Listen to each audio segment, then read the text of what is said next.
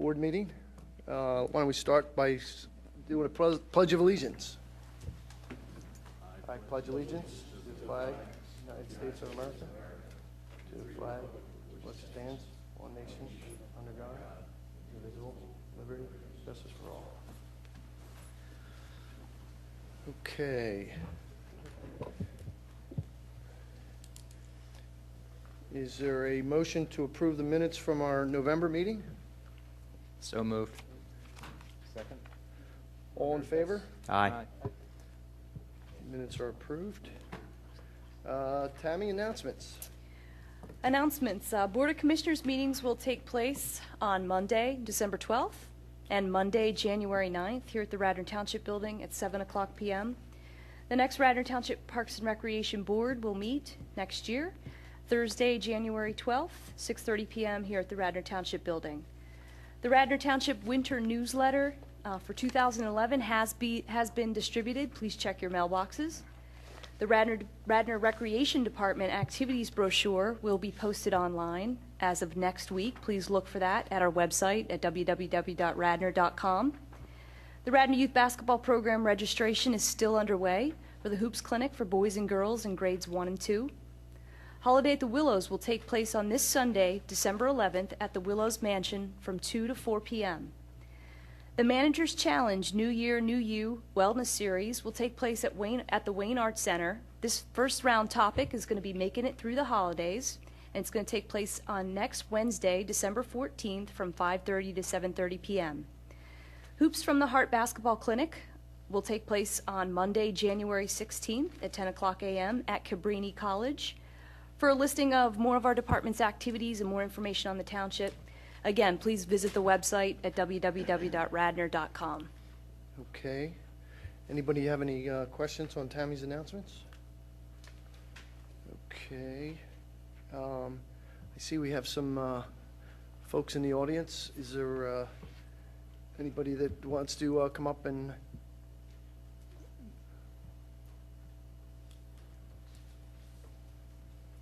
Hello. My name is Talia Palant, and this is Angela Walker. We're here to bring to your attention the Roundup spraying of the Radnor Trail. Okay. We're very concerned about it, and we have a bunch of studies that we brought with us that we can give you about the negative health risks that it brings to people and animals and the environment. Okay. So we'd like your feedback on that. There's also You have to come up to the microphone. also found to the weeds that become resistant to it after a few years anyway. So, you know, if you're going to spray it in a few years' time, it won't be any use anyway. So. Okay. I think what I would do is defer to Steve or probably Paul, as I think Paul was probably involved in or in the process as far as the spraying of weeds on the. This is on the trail or? Mostly on the trail, Mostly, but it's okay. also throughout the township. Okay. Paul, is that something you can? Sure. I know in the past we've tried the old natural route back in 2000. The previous public works director and supervisor of parks went to Natural Lawns and Gardens, who we were consulting with. Tried 3 or 4 different products. That was back in 2000, 2002. Animal fats, salts, vinegar. I think there was a couple foam treatments that we tried. There's 3 or 4 different products that were recommended. And the problem we had, we tried that over about a 2 or 3 year period. And the problem we found was it was fine to burn out the tops of the plant, but would not do anything in the root zone. So what you'd have is 3 weeks later, you'd have the growth plus new growth. And up at the trail, when the trail was built, the community also wanted a stone path next to the macadam path for the runners. I guess a little bit better on their ankles. So you have to maintain that. You just can't cut the grass there, because what happens, that just encourages more growth, and you need to control the grass and the stone. If not, you're going to end up with grass. So we looked at a bunch of products, tried things. Roundup was one of the safest products out there, and that's what we decided to go with.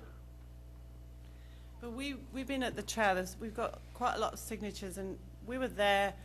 There's little children picking up stones. There's dogs sniffing. They're putting these things that were not the stones, but their hands go in their mouth. Roundup's been linked to ADHD in children. It's been linked to cancer and all sorts of other things. Plus the fact now that they're finding that when they're spraying it all over the place, weeds are developing resistance. So I'm sure that if you're a green township, you should not be spraying something like Roundup. And actually say you're a green township, because it's very toxic. Do the studies that you're presenting to us this evening document that the use of synthetic products cause these sorts of problems? Yeah, there's lists and lists and lists of them. Okay, we'll be glad to take a look at them and then talk with the township officials and see what the next steps should be. Thank you. Thank you. Can I just ask another question? Do you have any suggestions or alternatives to the Roundup? Does the Well, there's one thing you could, if you, apart from the things you've tried, I mean, there's also things that you could do to build community. You know, people, you could have a weed pulling day or something, you know, build community on the trail or something like that. It doesn't, chemicals aren't the solution to every problem in our world. You know, there are other ways of dealing with the problems. And they just cause more problems downstream and for future generations. It's also been linked to ADHD in children as well. Thanks. Do you have the information that, that'd be great if you could leave that we could take a look at that and share it with Steve and review that with Tammy and.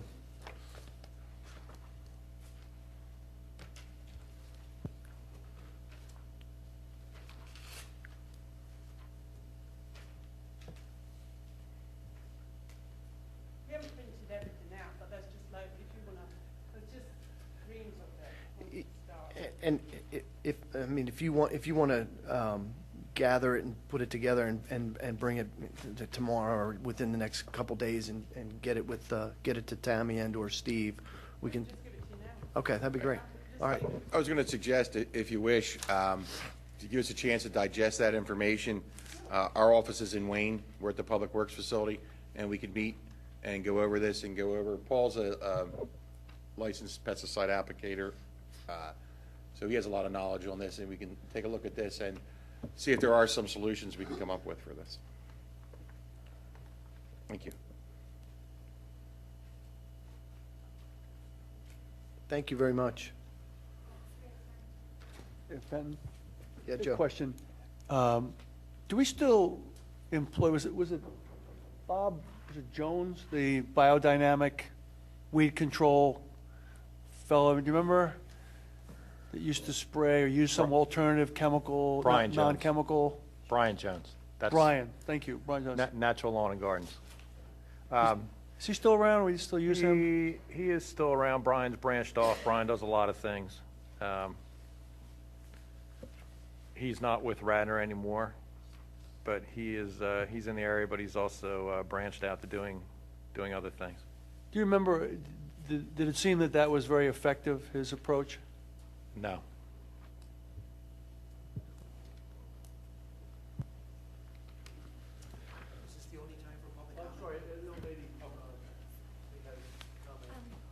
I also wanted to mention there's an organization called Safe Lawns. The owner is Paul Tukey.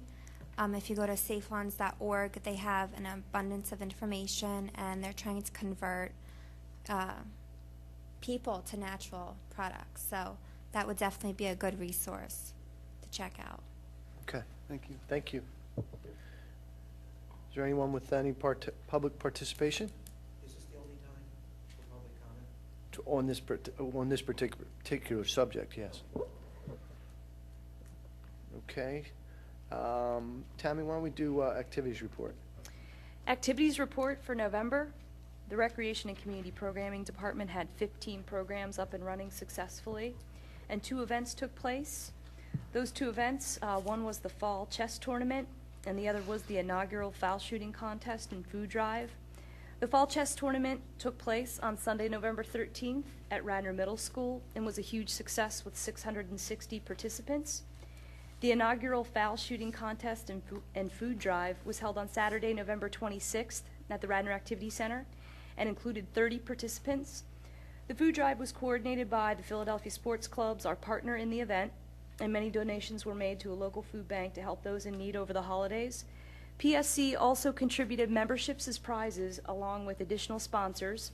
Foot Orthodontics, a monetary contribution, Wegmans, a gift card contribution, Lucky Duck Toys, a gift card contribution, and Mainline Pizza contributed pizzas.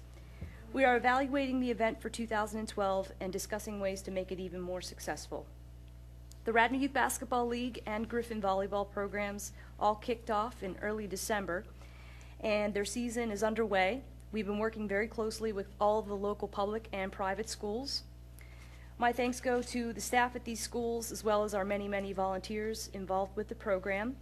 We're continuing to work through other areas of the program details, such as communicating with parents and players, coordinating additional gym schedules and coaches' schedules, apparel and equipment procurement, and coordination of the annual photo day.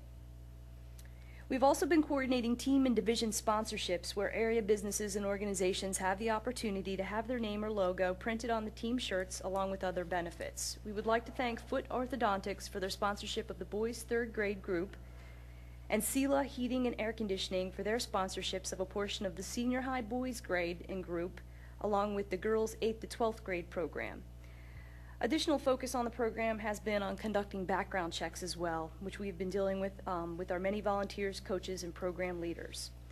Registrations overall for Radnor Youth Basketball are currently at 1,007. 850 comprise the league portion of the program, and 157 comprise the Hoops Clinic. I've given you a breakdown of what that looks like in comparison to last year. Overall, we have a total this year, as I mentioned, of 1,007 participants, which is actually down by only 96 from last year. Last year we had a total of 1,103. Registration for the Griffin Volleyball program is currently closed at 36 participants. Our winter and spring programs and events are being planned, and our winter and spring 2012 recreation program guide will be available online early next week. A variety of programs and events are being planned, featuring new events such as the Daddy-Daughter Dance in February and the Radnor Day Camp and Tot Lot Open House and Registration in mid-March. New programs also include mat dance and creative movement for preschoolers. One of our other programs is also that will also be getting underway in 2012 is the PRPS Discount Ticket Program, a discount ticket program for residents to area ski resorts, amusement parks, movie theaters, and other destinations through the Pennsylvania Recreation and Park Society. Discounts are estimated around 25% off the full price of a ticket and can be purchased directly through our department. We will receive a commission from PRPS based on the number of tickets sold, and there is no financial risk for our department to deliver this program to residents because all of the unsold tickets can be returned at no cost. In addition to programming, the usage at Radnor Activity Center at Sulpizio Gymnasium is also being coordinated. 16 rentals took place in November for activities such as basketball and birthday parties. We also have continued to coordinate and schedule the facility for various public and private groups within the community, the Radnor Middle School basketball program, and our own department's seasonal programming.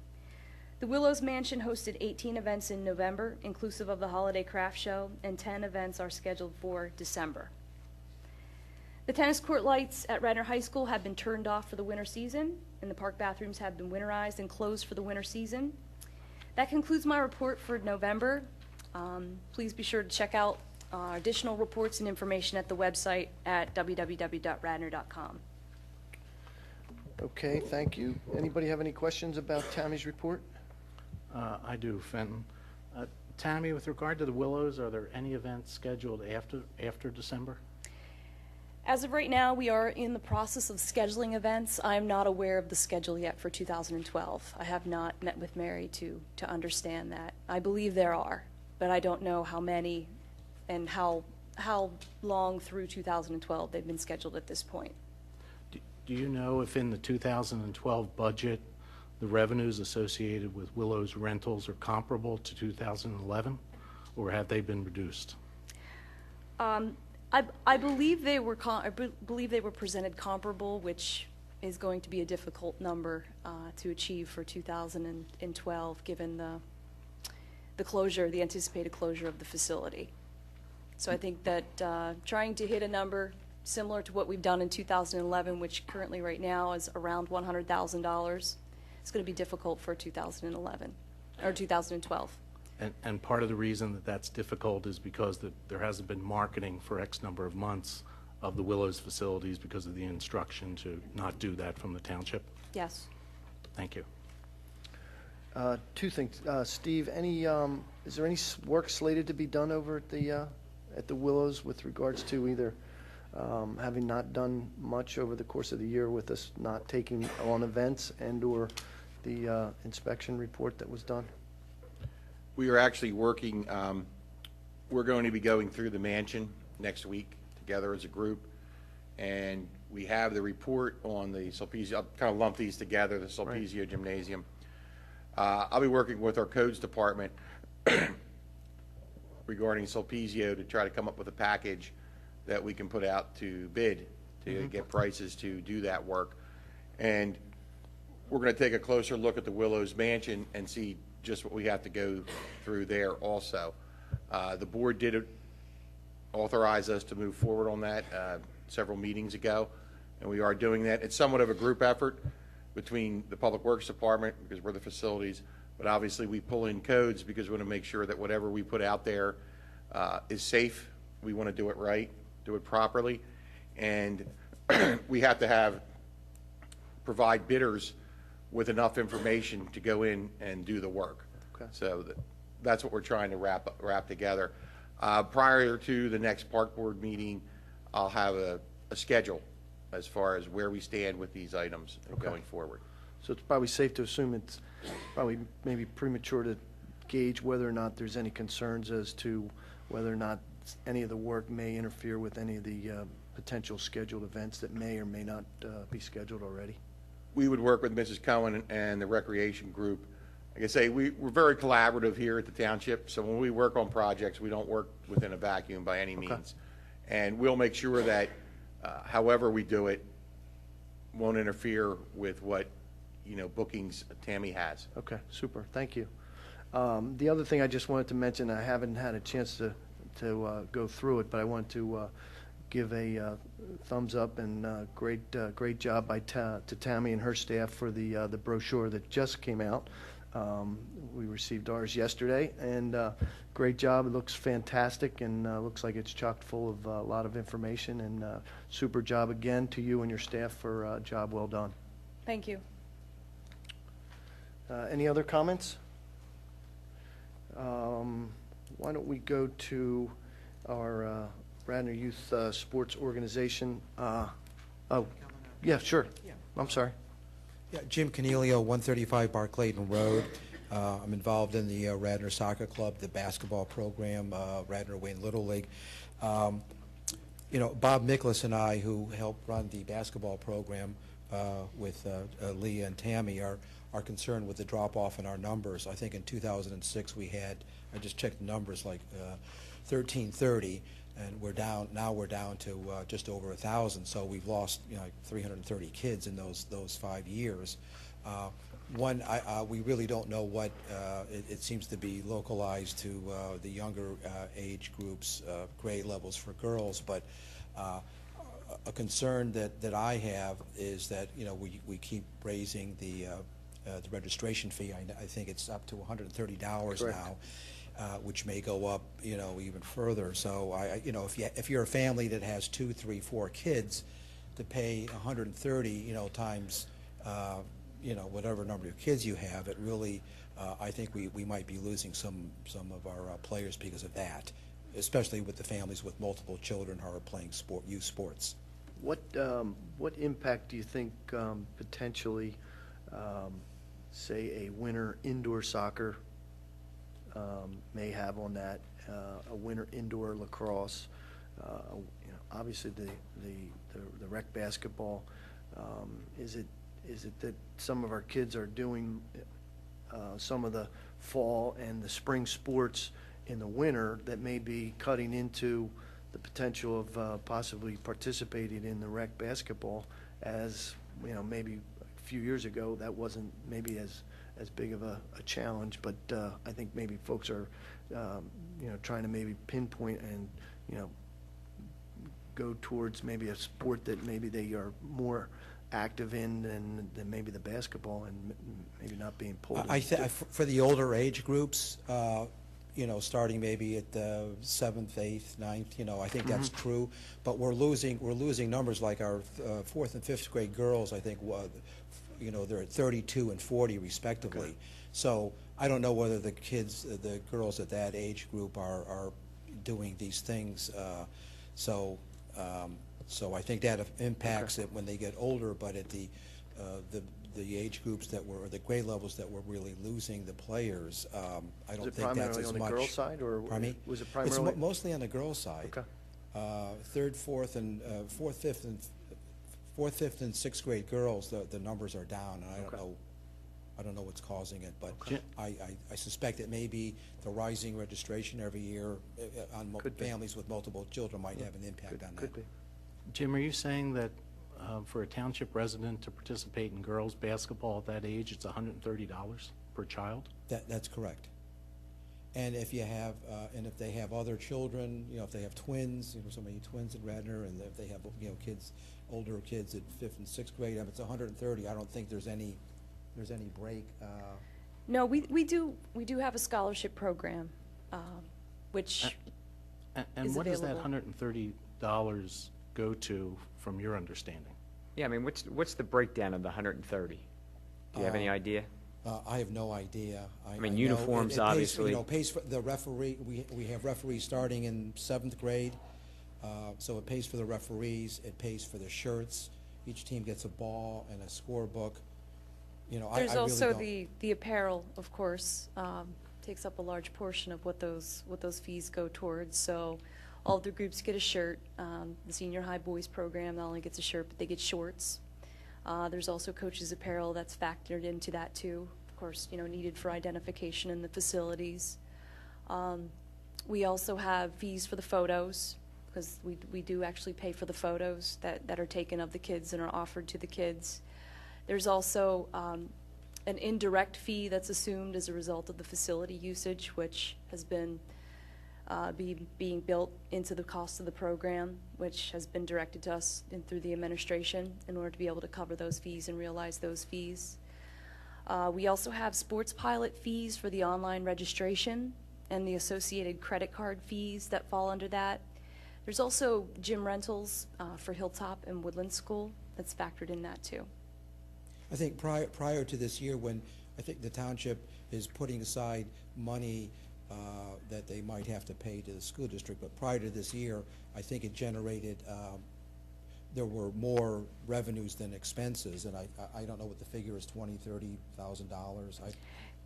It was last year overall net margin. So we're saying the direct costs for the program left $34,000. So that would have been the net profit margin from that actual program.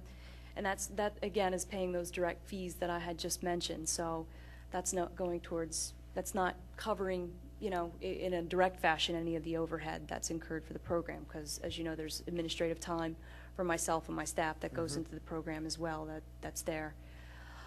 This year that margin would be reduced significantly as a result of those anticipated indirect costs for the facilities.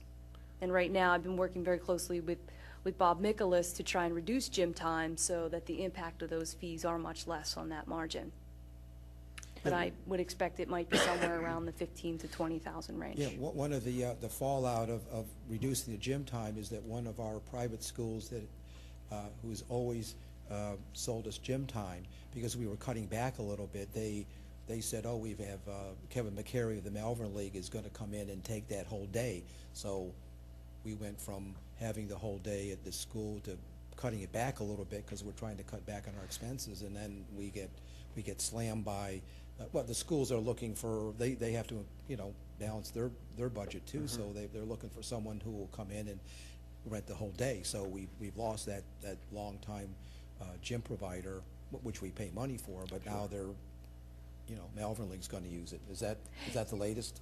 It is. I think we have regained some of that time back in working to do that. I also just want to point out that next year there is going to be an effect when we're going to lose a gym at Agnes Irwin. They provide a significant amount of gym time to us that is not something that we currently pay for, as a hard cost to the program. And in losing that, we're going to have to regain that facility time in other areas, which is something I know that we're currently even trying to work out a strategy to do. Okay, thank you. Jim, one question. How do the softball rates compare to the other sports? As far as the registration fee, it's not as high as 130.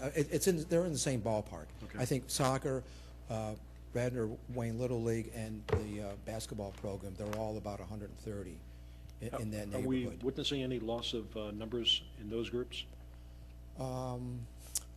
They've been the soccer club and the Radnor Wayne Little League have been pretty steady, whereas we've lost over 300 since 2006. We've lost somewhat, but not as big as basketball. So Yeah. I don't know what's driving it, but I'm just throwing it out there that, the registration fees might be hurting some of the families. Is there a way to do it to charge the younger groups maybe a little less because they don't have the refs, they don't have, I don't know what they don't have or We do for whatever. the hoops program, The for the first and second First graders. and second graders, the hoops, they pay 90. 90. But Okay. starting in third grade, they don't even have referees until usually Seventh grade. with Sounds like boys, it's all seventh lumped grade. into one, though. Right. Jim, do you feel that the cost is the primary vehicle for the drop-off in girls' basketball? It's part of it. I can't explain, I'm just guessing that I've heard parents, I've gotten emails from parents saying, look, I just paid, I have 3 kids, I just paid 130 times 3. I mean, there's gonna come a point where some of the families are not gonna be able to afford that. But that doesn't explain all of it. That's maybe just a part of it. And I'm just voicing that because there might be other, the grounds maintenance agreement is not gonna be signed with the school district apparently, and it's gonna be, the youth sports programs are gonna have to pay more than, they're gonna be charged more than what they are now, and it's already at a limit. So that's why I'm voicing my concern. Okay. Has anyone given any thought to, like, where you have multiple children in a family, a reduced rate rather than a sliding fee, 130 for the first child, and then maybe a lesser amount for the second and third, that would mitigate against what you That is feel may be something, happening? Other townships do that. Radnor hasn't done that with the basketball program, and frankly, I don't think Radnor Wayne Little League or Radnor Soccer does it either, unless there's a special request. But that's something that should be considered, just to lessen the impact on the families. The scholarship issue, yeah. Sure. It is something that we have actually considered. The scholarship program for all of our programming over the years has been pretty much exclusive to Radnor Day Camp and the Radnor Youth Basketball programs, those two specifically. And for 2012, hopefully by at least the second quarter, we're hoping to come out with a plan for not only scholarships for programming in general for our department, but also addressing the multiple family discount, multiple participant discounts. Tammy, have you seen the dollar line item for scholarships going up in the past couple of years, or? No, I've seen them at the same. Pretty much steady? Comparing 2010 to 2011, they remain the same for both of those two programs. Okay. And the avenue for a person accessing a scholarship would be through the coach, I would assume, or? Through our department, whenever your they department. register. Okay. Have we thought about, I don't know if it comes from the township or from the clubs itself, of sponsorship, having a name on a jersey, paying for some of that equipment?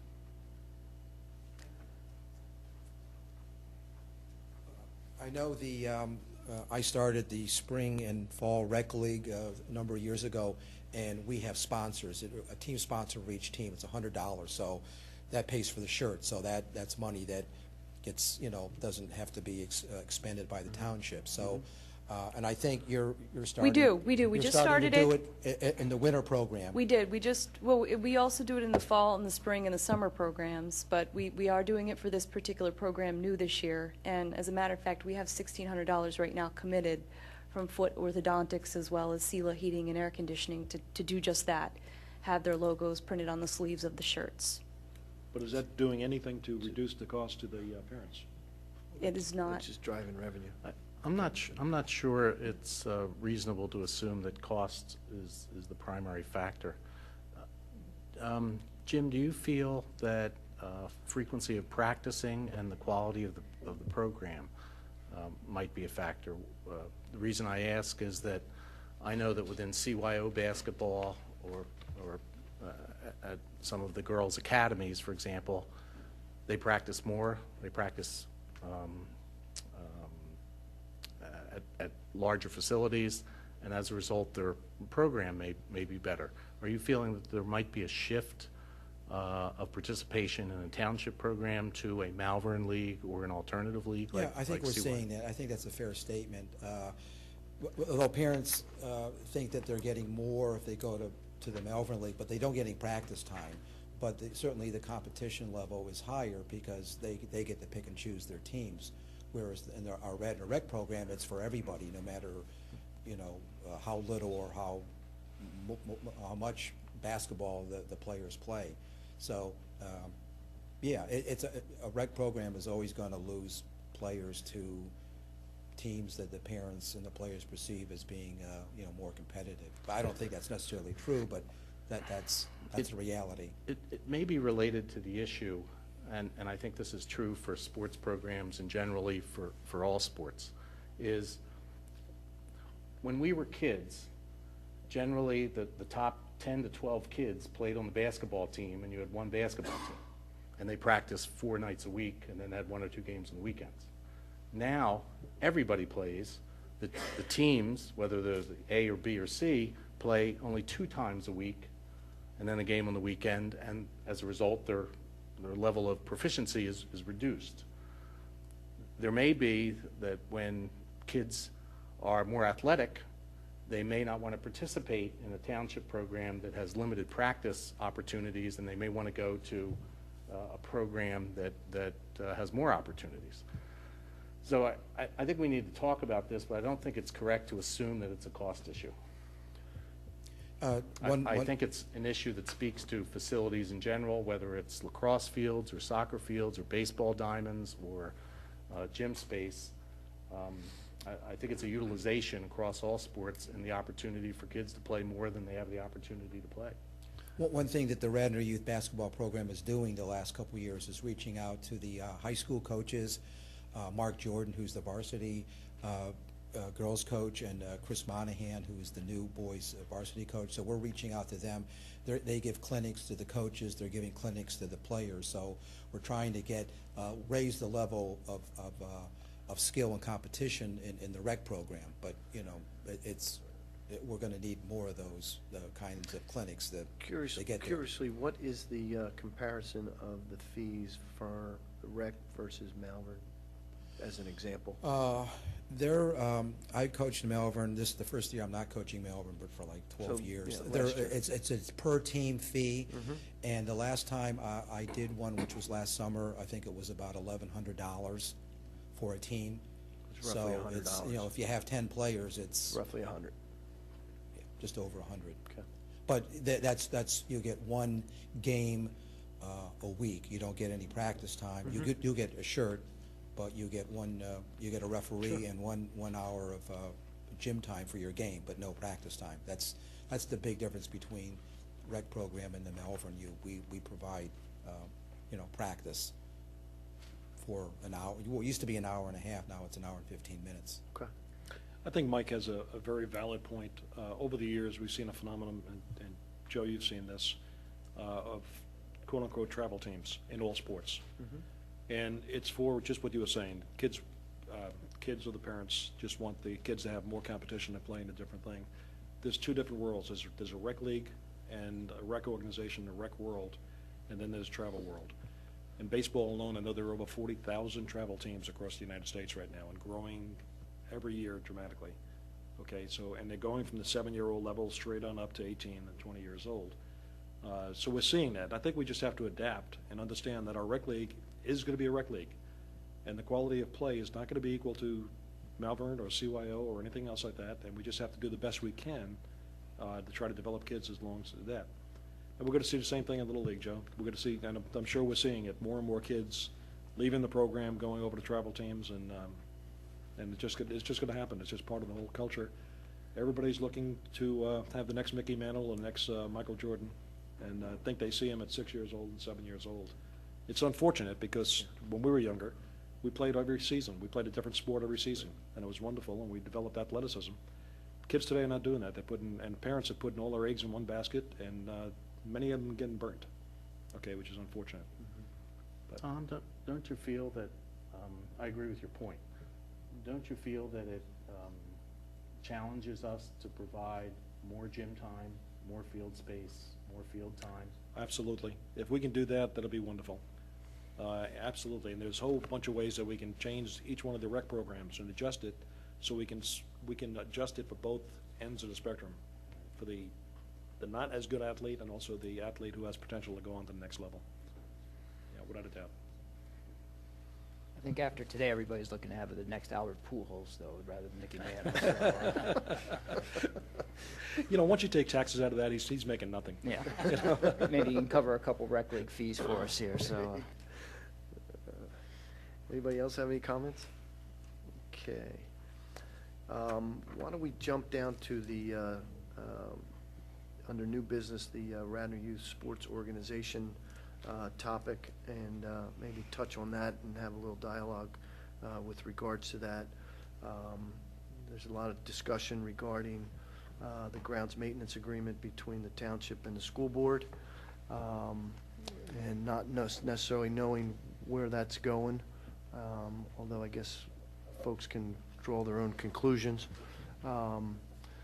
Bob Nicholas had sent out a letter and kind of highlighted some points with some concerns that I think some of the local sports organizations have. We've actually had some discussions amongst ourselves, and I just maybe thought I'd throw it out to the board to see if anybody has any thoughts or comments regarding Bob's letter. I think that there's certainly going to be some challenges that we need to walk through with in the event that the grounds maintenance agreement does go by the wayside. I think most notably the scheduling and the usage of the fields, and trying to bring that, I think, under one umbrella that I think needs to be maintained to potentially avoid complications and potential conflicts of scheduling on the same fields, and making sure that everybody is getting a fair share of the usage that they're entitled to. So anybody have any thoughts or comments on Bob's letter?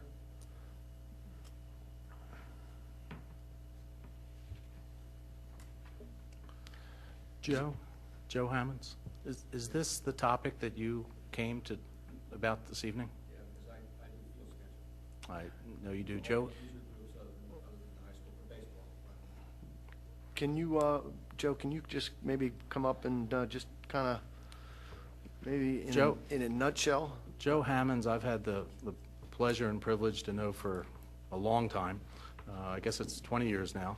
And Joe has graciously provided a lot of his time and talent to the township and the sports organizations for scheduling the fields and coordinating with the different teams, coordinating with the township, and I think is in the process, hopefully, of stepping down from that role this year. And we very much welcome your time here this evening. Thank you. Thank you. Joe Hammonds, 112 Fairfax Road, Rosemont. And I actually replaced Darrell Taylor in 2000 by scheduling fields for baseball. for non-school groups, which is Legion, Little League, adult baseball. What was happening at many times was the township was scheduling and the school district was scheduling, and there'd be conflicts.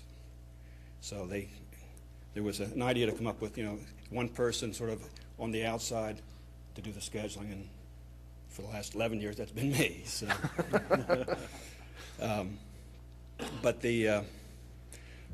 things have been working along very, very nicely, particularly with the maintenance agreement. So I'm very interested to see what's happening, in that regard. But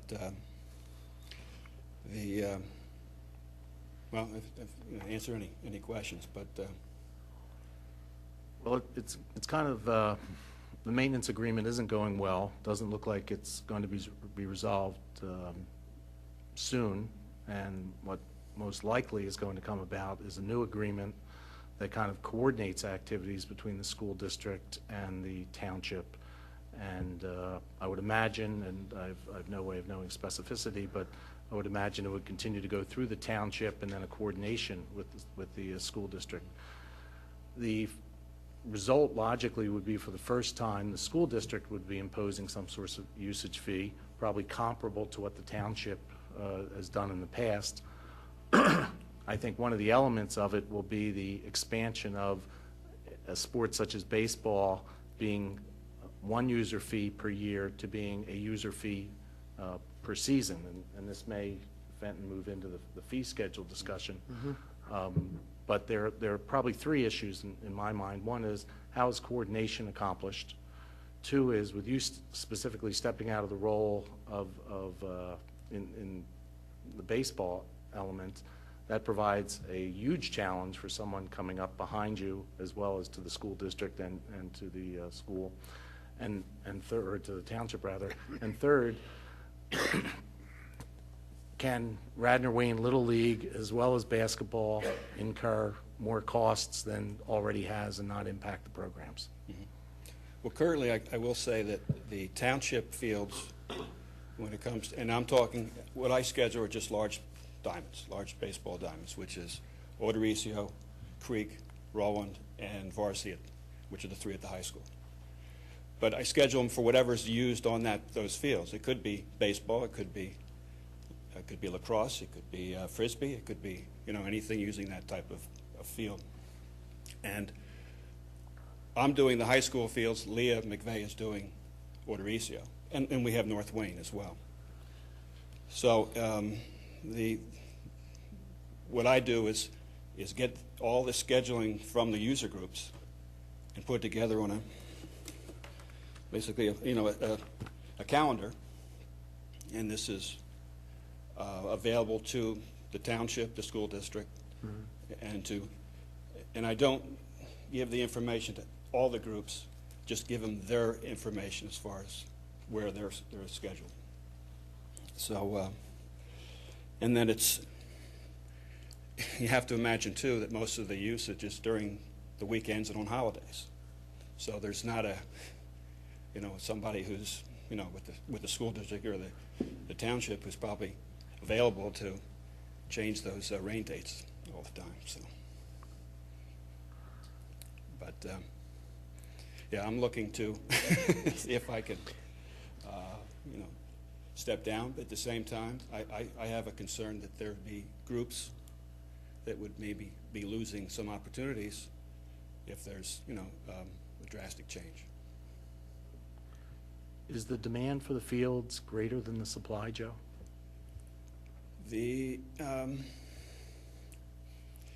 Yes, but fortunately, it works out every year that everybody's taken care of.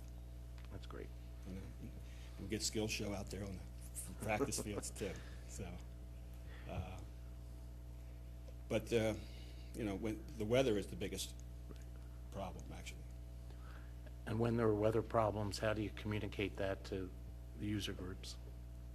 By cell phone. I'm on the phone with whoever, and it's also coordinated. The schedule goes to Joe Perchetti as well, so he's aware of where everybody is all the time. So there's no secret to what my schedule is to, you know, who's supposed to be where. Because field jumping is another issue that's a problem everywhere. Thank you. Joe, the demand for the fields is greater than actual usage right now, is not correct? I mean, more people want to use those fields. Yes, it is. And also, when there's weekend activity or usage for the schools, let's say the soccer team wants to practice on a weekend, then I schedule that too. Right. So it's not some, there's about 23 teams, baseball teams, plus ultimate frisbee, plus lacrosse, soccer. That's pretty much it. Okay. It's a lot. Yeah, it's a lot of usage, there's no doubt about it. And as you were saying before, the usage is confined to certain times. It You know, is. at the end of the day or, you know, during weekends. In a perfect world, how many more baseball fields could we use in this township and still keep busy as could be? Well, as For an example. as the Excuse me. like everything else direction goes, lighted turf field seems to be, you know, a big help because you extend the time and keep, you know, use the same fields. But no, it's, you know, 2 more baseball fields. But I will say this, the way that things are worked now, the way that the township is maintaining those fields, we are always complimented, anybody who comes into Radnor Township, how great our facilities are. So it's a nice situation we have. Well, those compliments Hate to lose it. those compliments just started after Paul realized that the mound should be 10 inches. Prior to that, we didn't get anything. Well, we had a lot of, you know, a lot of input with that too, which is, you know, which is nice. No, but I would agree. You know, I hear it all the time from so many people. People come to our township, they come to our fields, they look at our fields, they play on our fields, and they say, you guys have the best fields around. Whether And it's we on do. Recio or Varsity or anything else, and that's a tribute to you guys. You do an incredible job. Absolutely incredible job.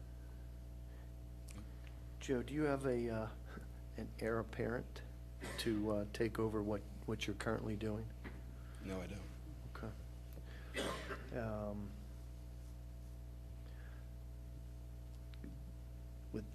Without an heir apparent, that responsibility will fall on whom?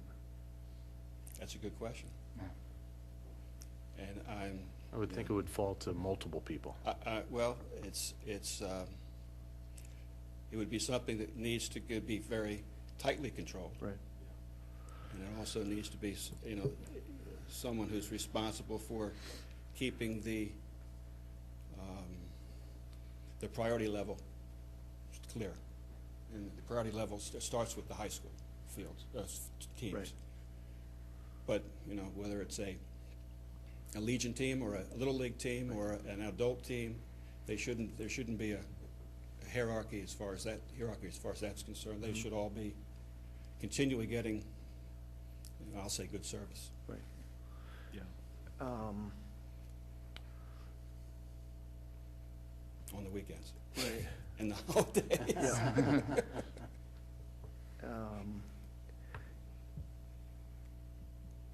I guess my question might be to Elaine.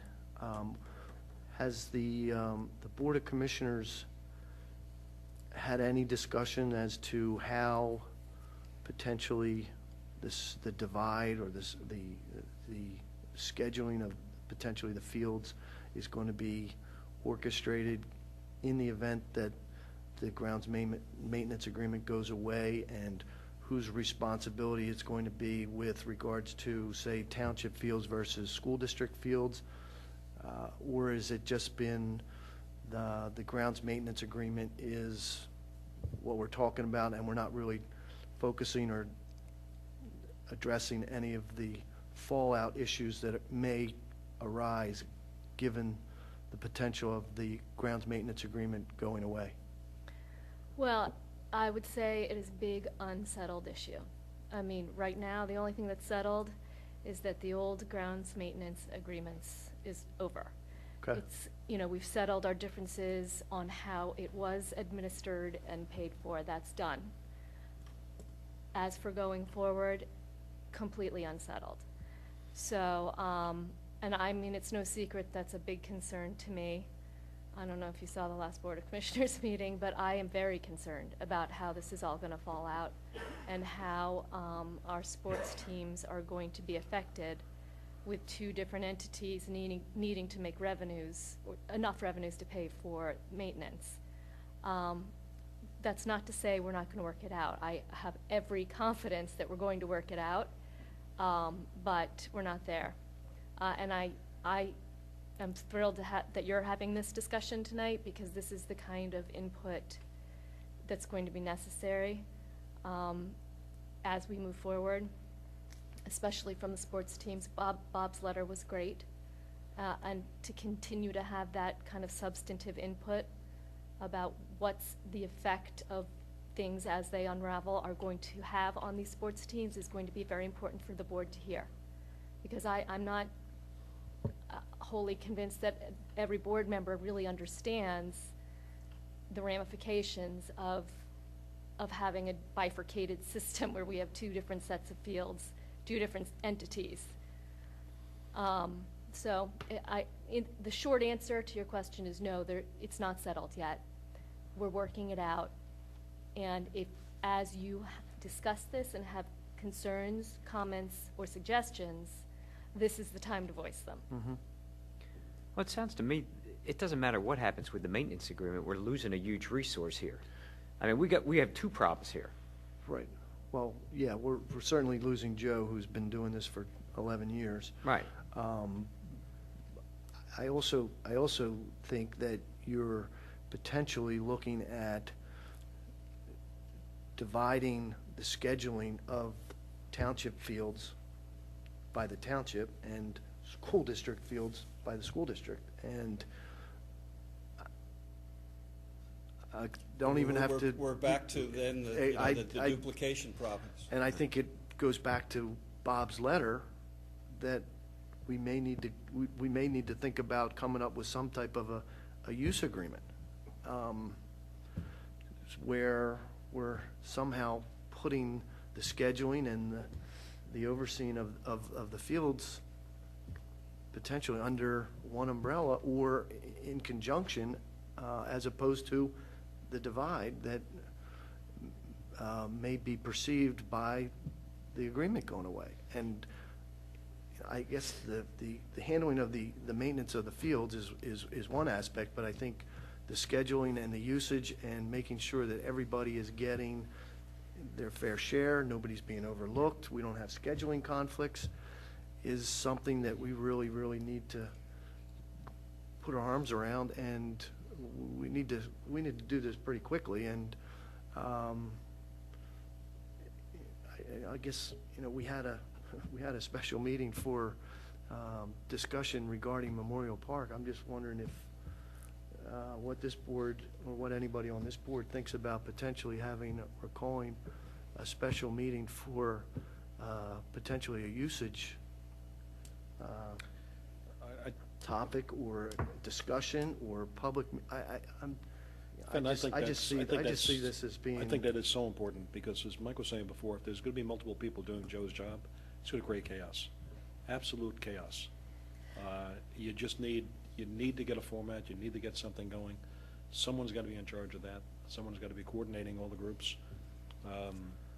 Otherwise, it's going to wind up being anarchy. It's going to be absolutely horrible. And I think maybe having an open forum, a meeting of this board, maybe with the public, may be a great idea. But is there gonna be In the something absence more- of a maintenance agreement, does that mean the coordination has to go away? Is it one? It doesn't have What to. was happening prior to? I'm sorry, your predecessor was. Daryl Taylor. And how long did he do it? I'm not sure. You've done it for 10, least- 11 at least years. 5-6 years. So that grew out of a necessity, and it's done on a volunteer basis. Okay. And I don't know how broad his activity was as far as fields. And keep in mind too, I'm only talking about large diamonds. I'm Okay. not talking about loop field or turf fields. And that falls into during the school time. It's the school School's takes care of it. responsibility. After it's Leah. Plus, you have outside organizations like St. Catherine's or Valley Forge Military Academy or Agnes Irwin. Sure, and we are in a time where we are getting additional requests, so to address the need issue, the need issue is there. There's 3 to 4 new requests that have come through Is just the in the feeling last of the year that school I have district seen, so. Apparently, they want to separate, because they have to cover their cost. I can understand that. Township needs to cover their cost for maintaining the fields. Is the feeling on the part of the school district, or at least are you picking it up, that they want to do their own coordination for scheduling? I don't know the position of the school district on that. I think back to Fenton's point about what we should do as a board. Yeah. I mean, I think, the idea, like we had with Radnor Memorial, of an open forum for people to discuss and provide feedback, I think was very helpful. I think we, as a board, may want to consider doing something a little more focused, because this looks like it needs more of a solution than more of a debating point. And I don't know whether it's the creation of, I don't know, not necessarily a subgroup from here, or is this something for the Fields Committee to perform more of a working, I think, meeting rather than an open forum to discuss public participation and opinions about where it should be or what should be done. I think it needs something to be a little more active. There's a concern to me that these fields are a commodity, okay? And if either the school district or the township started marketing them as a commodity, the residents of the township may get hurt, okay? Those fields can be rented out for tournaments, okay? Whether it's softball or baseball or lacrosse or field hockey or whatever it may be, and if they're rented out for a weekend for tournaments, that means the township residents are not using it. The township teams are not using it. So I think it's really important to get the public involved in this, get them in, get their feedback, so we're all going back to both the township and the school board and saying, hey guys, this is the sense of the community.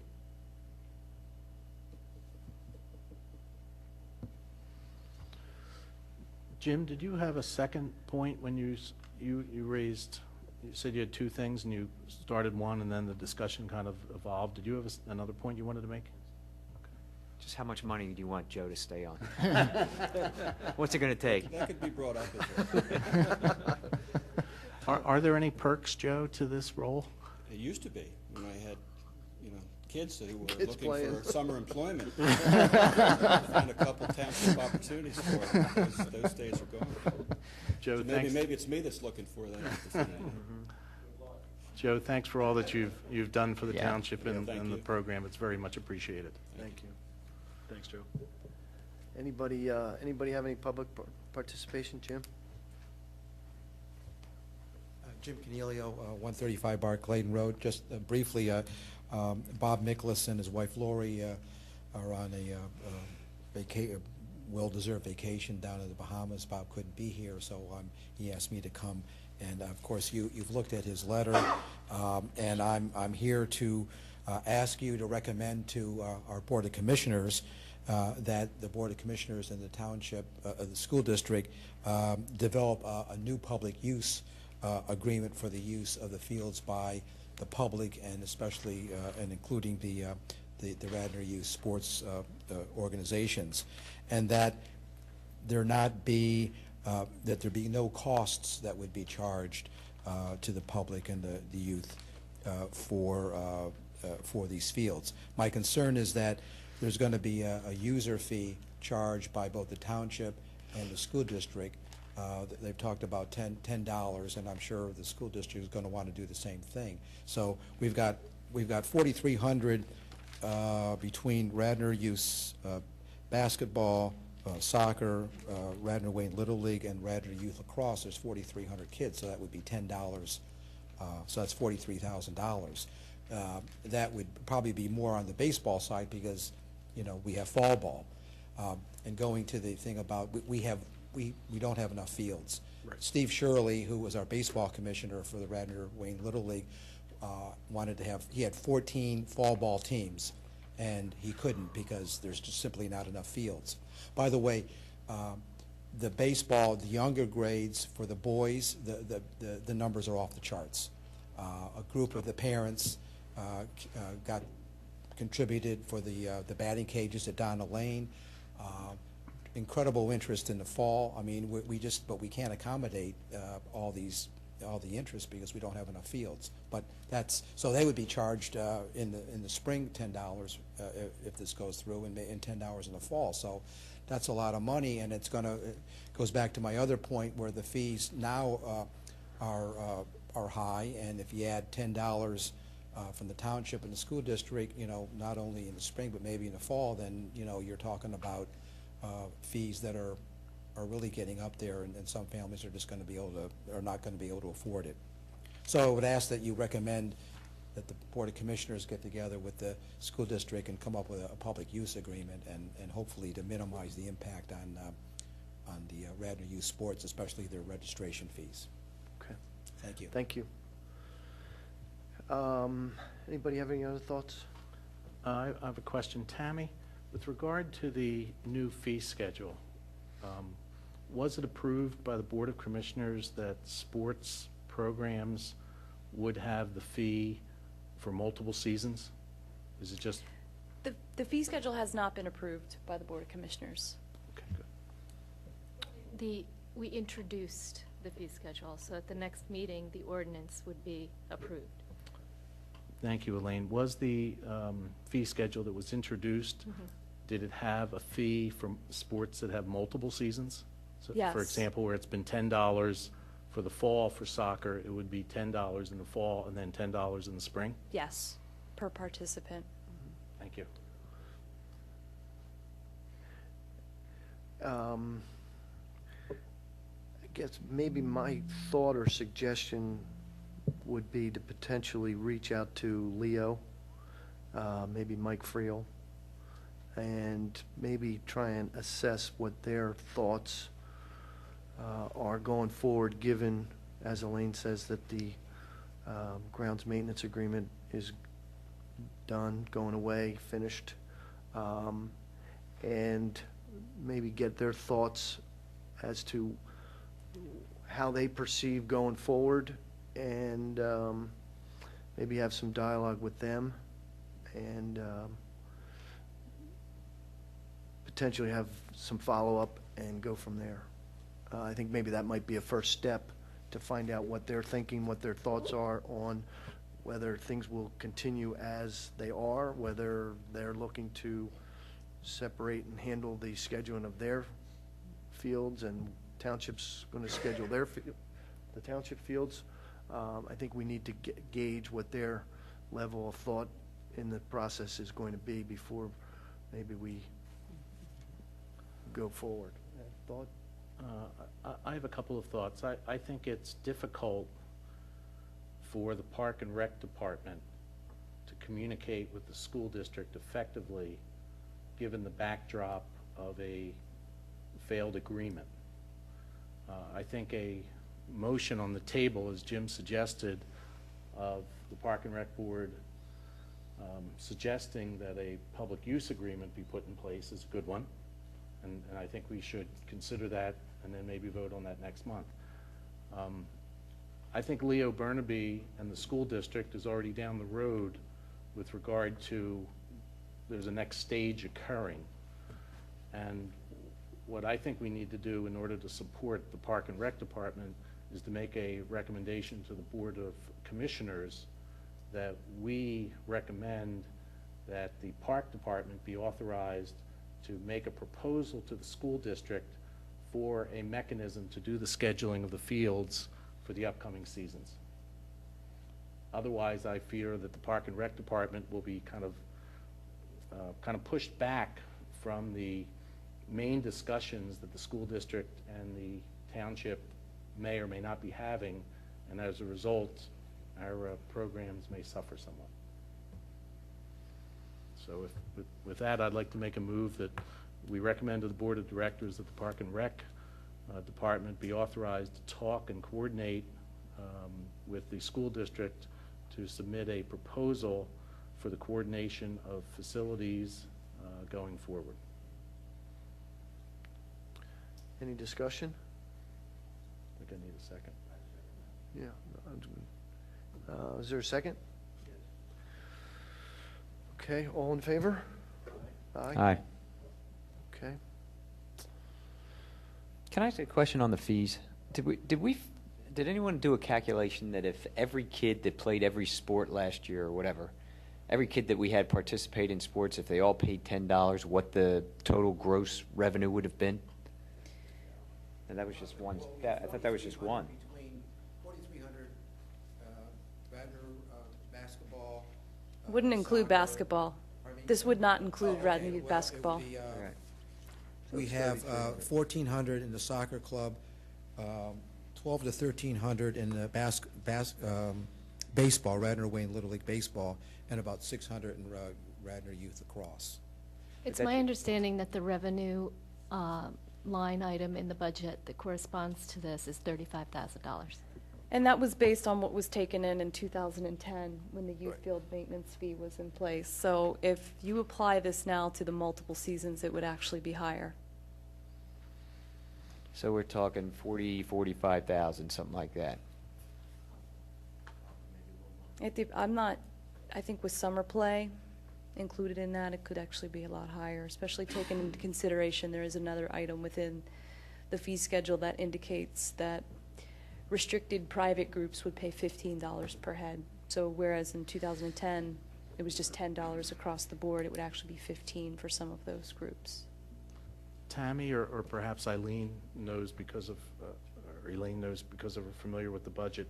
Is that the 35,000 number in the new fees income from the budget proposal? It is. Elaine, from your negotiations and talking with the school board and everything else, do you know if they have a field committee? I am not in negotiations with the school. I'm conflicted out of this whole negotiation. John keeps on selling those basketballs, He huh? sells to sports.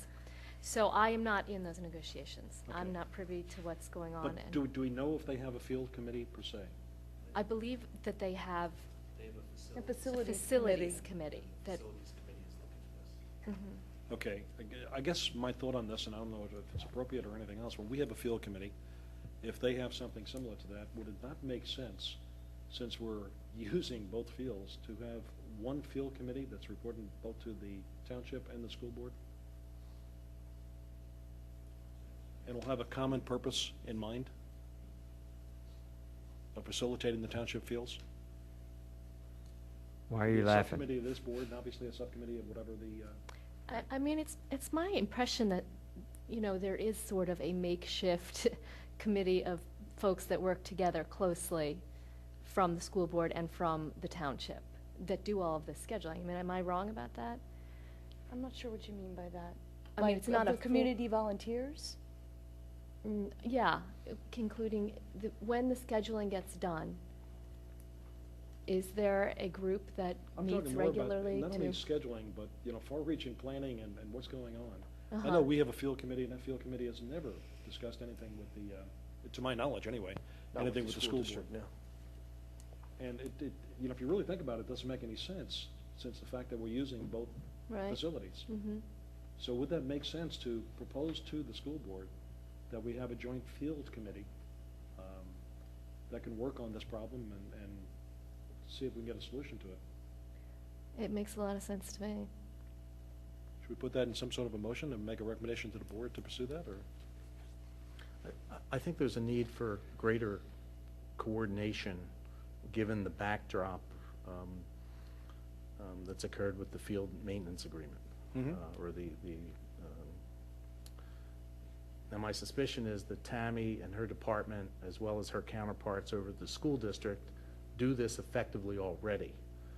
My concern, and I think it's yours too, Tom, is that given the backdrop of the dialogue that's going on or possibly not going on, that there may be some hiccups in the coordination and service to the youth sports organizations, and that's what we don't want to have happen. So I think maybe taking the motion that I made and the suggestion that you're making and combining those into something for the Board of Commissioners might provide an opportunity for Tammy's organization to reach out and put together an effective working mechanism. Tom, can I just clarify, do you mean of employees of the school No, I mean- district? I You mean the mean people- I mean volunteers? people like us. The people who are actually scheduling the fields? I'm talking The about people Joe like us. Ham- I'm talking about a subcommittee of this particular board, Okay, okay, which we have now. We have a field committee. uh-huh, And they put together a field committee. Maybe we take 3 people from each board and maybe somebody out random. And put together a board to look at not only usage currently, but usage in the future. All the things that we've been trying to do with our field committee. You know, what are we gonna need 5 years from now? What are we gonna need 10 years from now? What properties do we have now that could potentially be developed? You know, Tom, Joe Hammond now has some free time. He may be the perfect guy to spearhead this effort. Absolutely.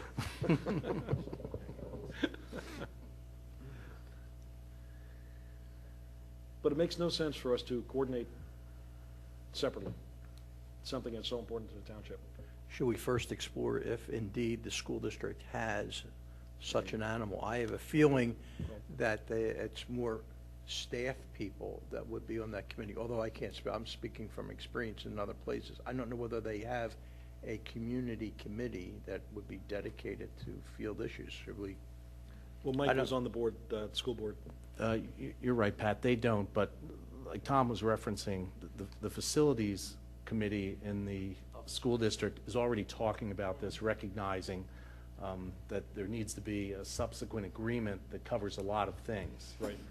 Unfortunately, our piece of the pie here is relatively small, given to all the issues that the township and the school district have to work through.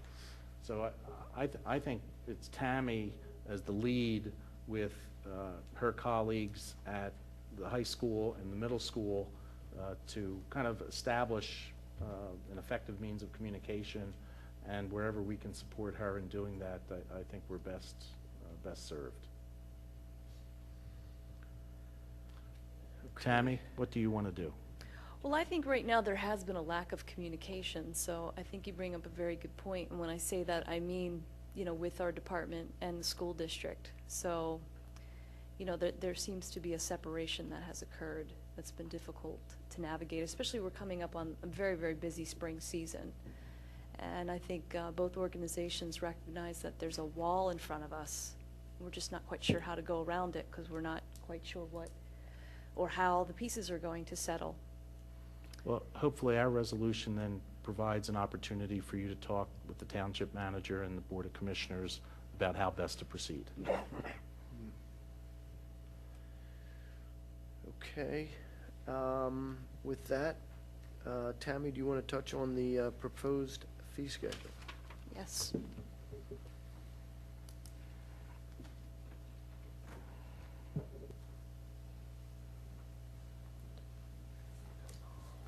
Jim, thanks.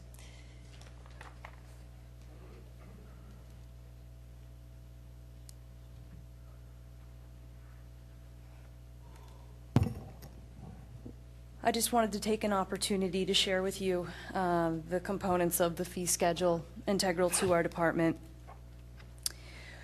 and take a look at those in a little bit more detail, and feel free to make comments. In the fee schedule that has been introduced, as Elaine had indicated, there are several components relative to our department, namely programming fees relevant to the day camp. With regards to the day camp program and the tot lot, I did not recommend a fee increase for 2012. Right now, not understanding, going back to the topic of the grounds maintenance agreement and how the township would ultimately be charged for facilities and usage of the interior, it's difficult for me to put a price on what those programs should cost.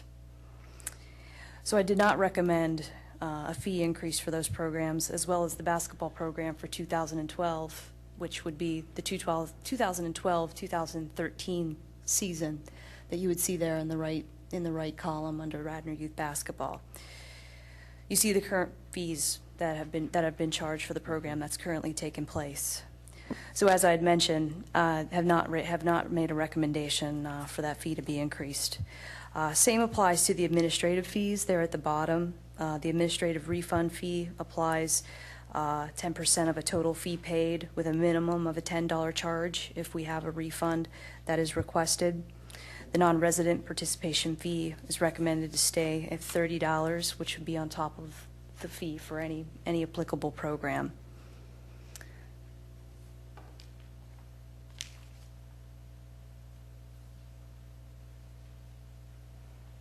Next is the picnic areas. We have a fee currently in place for Fenimore Woods for the pavilion area that's charged for rental of residents $75 and $150 for non-resident.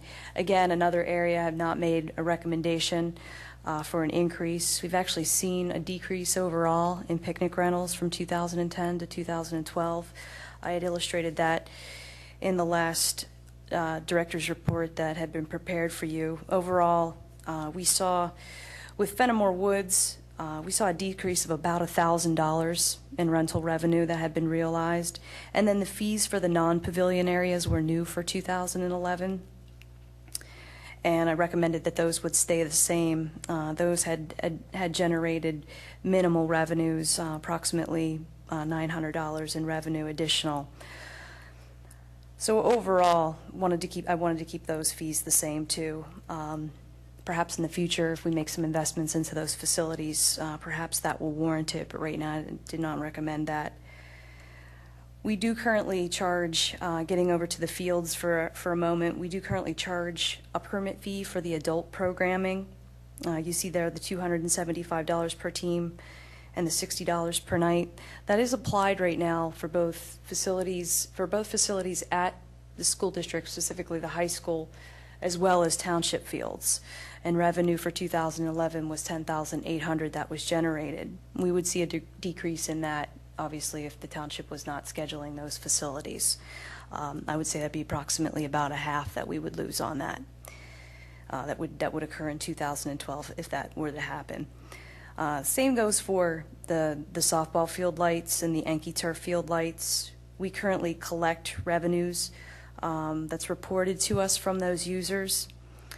And with the grounds maintenance agreement being terminated, those utilities, which the township currently pays, would go back to the township, or go back to the school district, which I believe they are in the process of doing that right this moment. Revenues were approximately about $5,500 that we generated for that usage, and that was for community sports organizations, adult groups, and such. That's not collected for any of the school district's usage that took place under lights. Next, of course, is the field permitting fee, which we just discussed.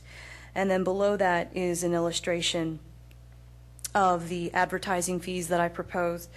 We had a $200 advertisement fee for 2011 that I was recommending actually be increased to $225, specifically for a business card-sized advertisement.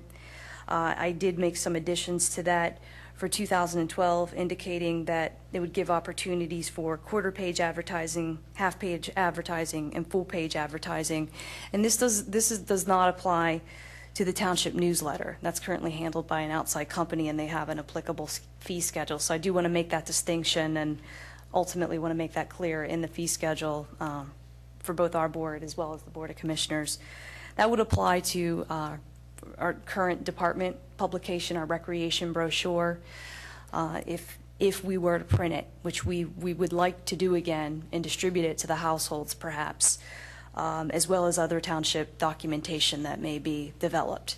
So that would basically be a fee schedule that would apply to publications moving forward for the township for 2012, to be able to allow businesses to put their information in there.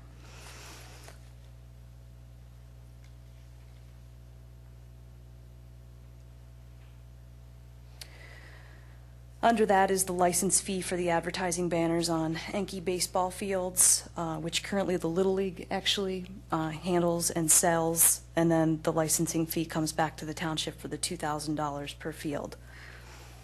There's also a section on here for promotional signage, which would enable some opportunities throughout the community for businesses and organizations to put some signage in our fields, perhaps on baseball fields, comfort stations, things of that nature.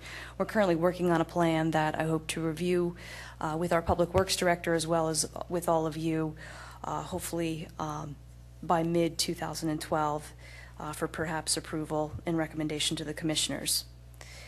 The Willows fees, I've recommended those all stay the same.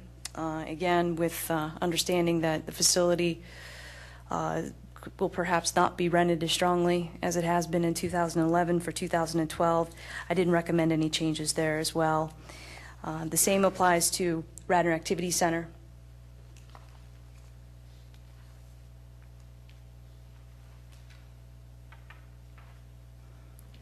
We've actually, for Radnor Activity Center, we've seen a balance of the income from 2010 to 2011, and I recommended that those fees all stay the same as well. I think that the gym provides a great service to the community. We see a lot of people from the community that rent it for their own basketball parties and birthday parties and things like that. For the $50 per hour rental, we seem to have great success with that right now, and I'd like to maintain that through 2012. Again, I think it provides a great resource to the community. A lot of the sports organizations, like the soccer program, actually take advantage of it, and it offers it at an affordable rate for them. We don't see a whole lot of the non-civic business groups, restricted groups, coming in at $100. That's one that we don't really have a lot of. But we do get a lot of the birthday parties, as I had mentioned, and we get some of the birthday party room add-ons, sometimes for rentals, for general rentals. So I wanted to take an opportunity and step through that with you and get your input. I think it's important to have an understanding of how the board feels about the fees that are being recommended, so that if there is recommendation for any changes, that I can make those with the administration and ultimately to the commissioners. I mean, how did we do on the advertisement on the baseball fields? Excuse me? How did we do on the advertisements for the baseball field last year? We sold one field, and we did receive the $2,000 for the one field. It's my understanding a lot of those businesses do repeat year after year. I know that's something that I believe Jim Riley, I think, manages. Mm-hmm. So it has had success. We've had discussion as to whether or not our department would ultimately take that selling of that advertising space over, but it currently still falls under the jurisdiction of the Little League organization. Was it only one field because it faced the road, or did we only decide to do one field this year to see how it went? I think only one field sold. Probably interest. What do you mean? Interest? Yeah, I mean, the other No, ones me- back in the corner, you don't even see the, you I wouldn't meant see there the probably wasn't sign. enough activity or interest of Mhm. selling the actual advertisements. Right. The intent would be to put it on both On fields. both. Right. But indeed, that field would, of course, be more attractive. Right. It looks like the majority of the fees have pretty much stayed the same, with the exception of maybe the usage, meaning the individual fee for the participants. So, I mean, that's pretty much what I saw. Yes. Anybody else have any thoughts? And these fees were pretty much put together by the administration and for submission to the budget and for the commissioners. Yes. And my staff in my department as well, or many of them. Okay. Do we need to make a motion or do a recommendation or? I think that would be helpful, but it might not be possible with certain fees that are listed in there for the field usage, so. Any fees that stick out that folks are troubled with or have a concern with? Is there a motion to approve Tammy's report and the fee schedule for the 2012 budget? So moved. Second. All those in favor? Aye. Aye. Motion passes. Thanks. Thank you, Tammy.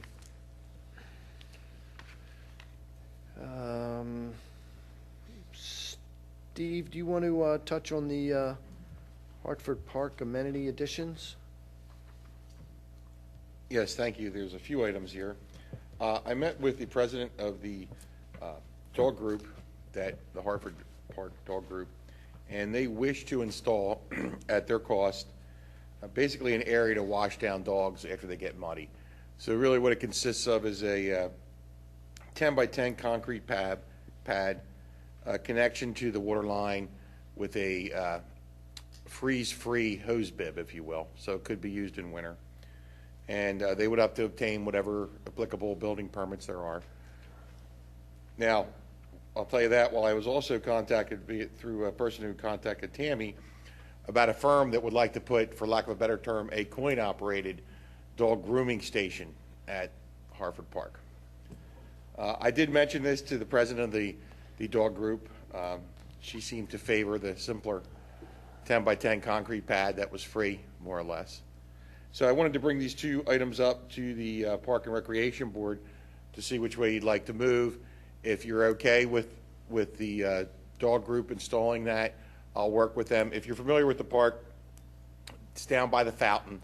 They have to locate the water line, and they would install that somewhere in that area. I don't think there was a lot of, from amongst us, that there was a lot of consensus to go with the coin-operated, the commercialized grooming.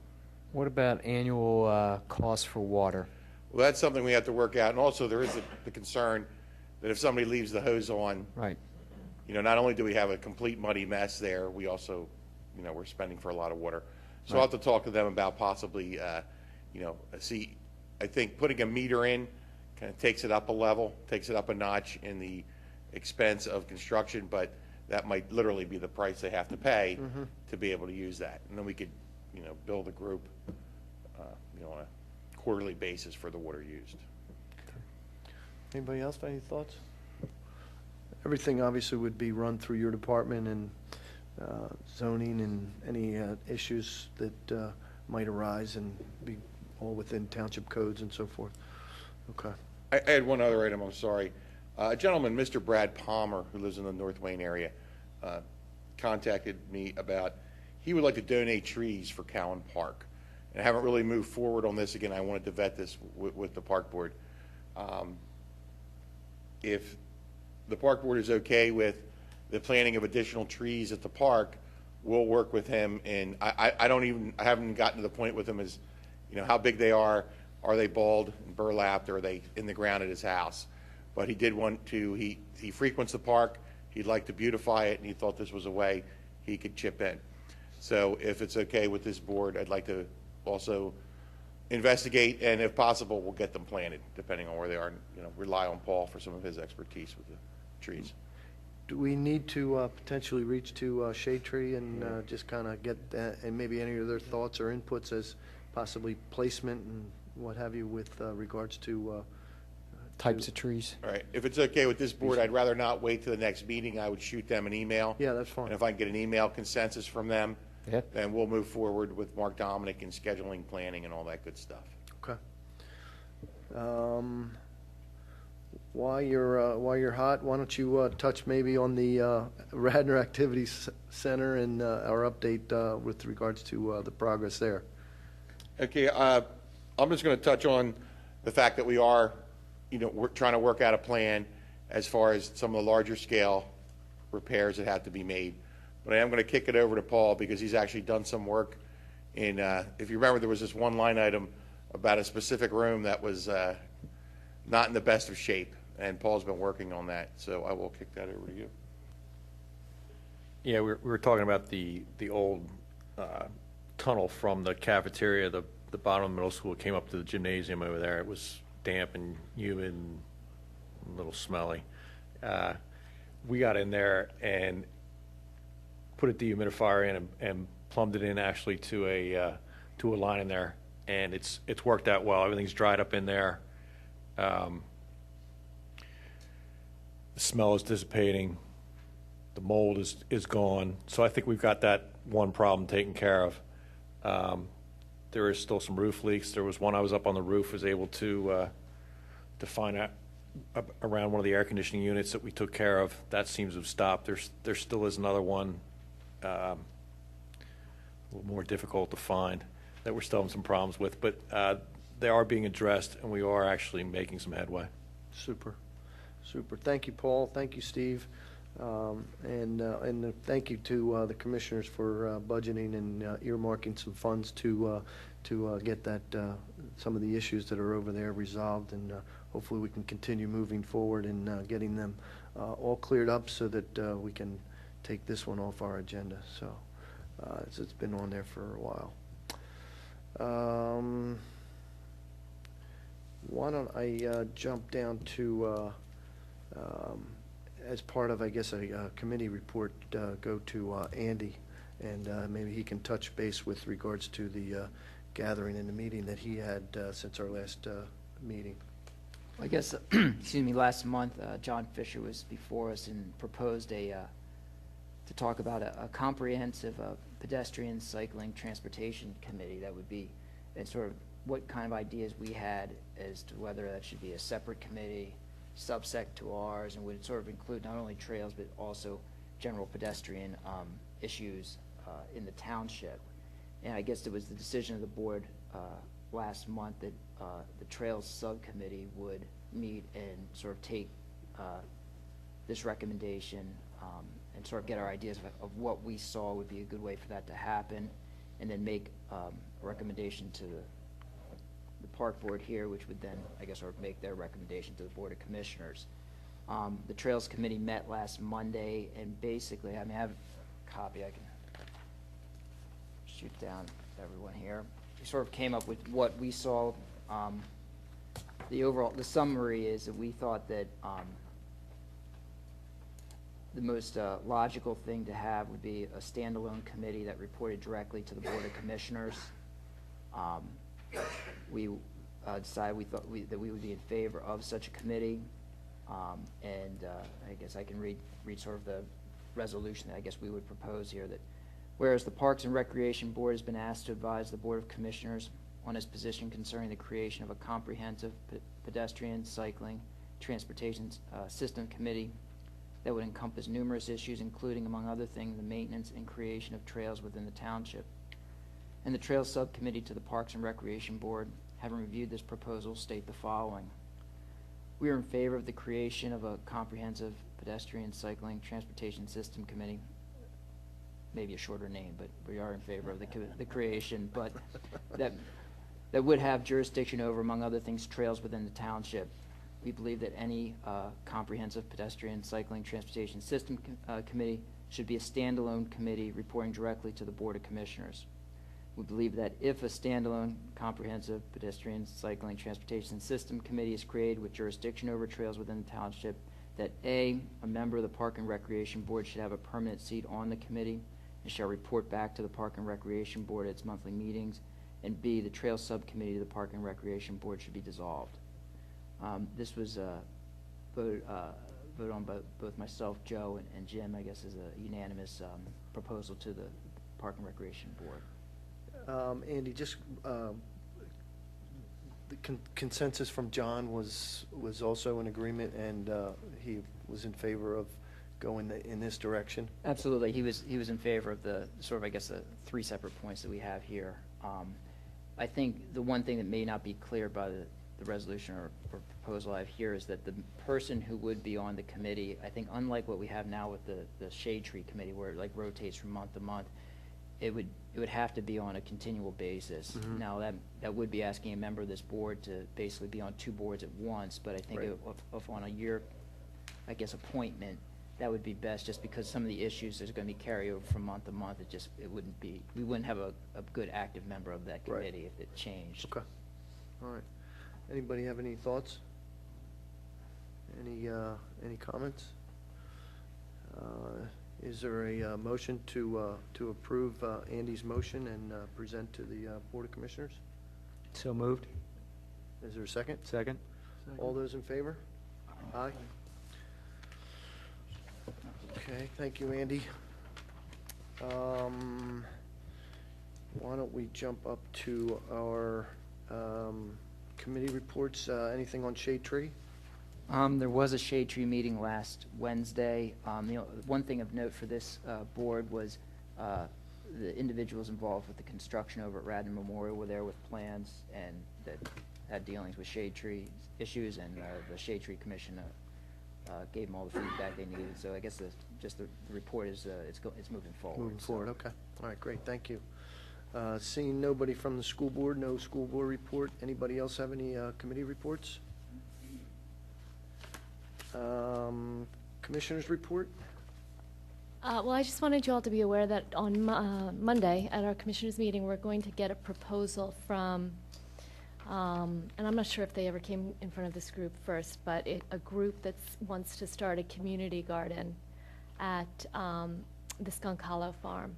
So that Skunk Hollow Farm area that's deer fenced in was not used as a CSA this year. And there's a group of residents that are working with the Radnor Conservancy and I think some other groups, and they are proposing a community garden. So I'm not sure what all the details are. They're going to present on Monday night for the Board of Commissioners to hear it out and see if it's workable. But I just wanted you to be all aware of that. And then the other thing I wanted to bring up was in the discussion earlier about the Willows and what's going to happen next year, I just want to put it out there that we're, continuing to discuss some changes in the management of how that's run and partnerships that would help us change the management of how that's run and the use of it. So it's remains very up in the air. I know that's frustrating, and I think we all, not all, but I think most of us envision, a more vibrant use going forward with a partnership with somebody else, not just the township running it. So we continue to work on that. We continue to work through that with some of the parties that are interested. And I'm hoping that that picks up some steam with the new year and we have some more answers of what some of the proposals are. Okay? Okay, thank you, Elaine. Just real quick just to touch on what Andy talked about as far as the Trails or Committee, and I think what we want to try and maybe do is submit a review of some of the committees that we currently have, and maybe take a look and see if maybe we revise and update some of them, and kind of take a look at them so that they play maybe more of a more important role with going forward. So let's see, any public participation? Well, we have one other piece of business. Not quite yet.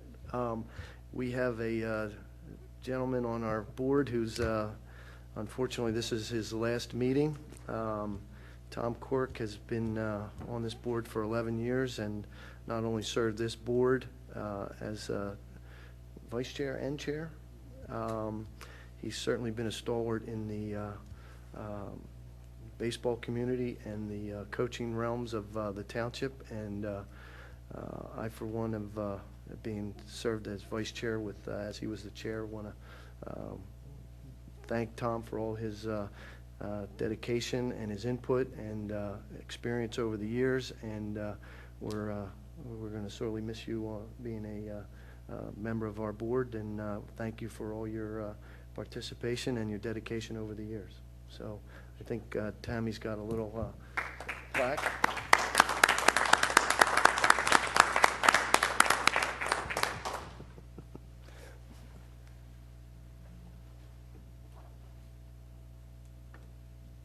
A little certificate of appreciation to participation. Yeah, participation. Again, you trophy too. Thank you very much. Thank you very much. Thank you for all your help.